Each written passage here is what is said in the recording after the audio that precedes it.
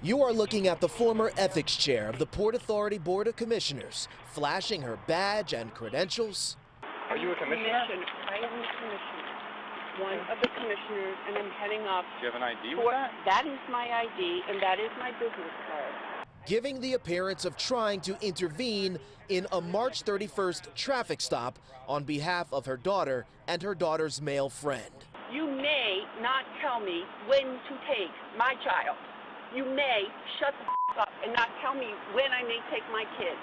Karen Turner, that's her in the sunglasses berating the two Tenafly officers, abruptly resigned her post after the Port Authority got wind of this encounter.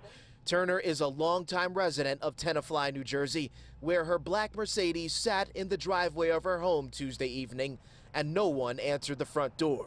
Shame on both of you. I will be talking to the chief of police, Please. And I will be speaking to the mayor. Badge number 540.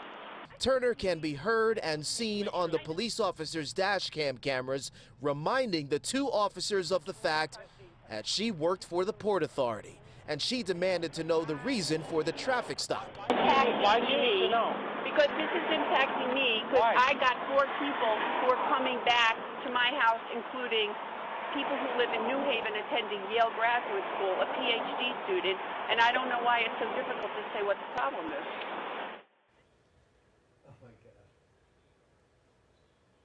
Well, the video there speaks for itself. The conduct was indefensible. This is according to the Port Authority. The board takes its recently adopted code of ethics for commissioners extremely seriously and was preparing to form a special committee to review. That coming from the chief communications officer, talking about the findings of the inspector general's investigation and taking actions at this Thursday's board meeting.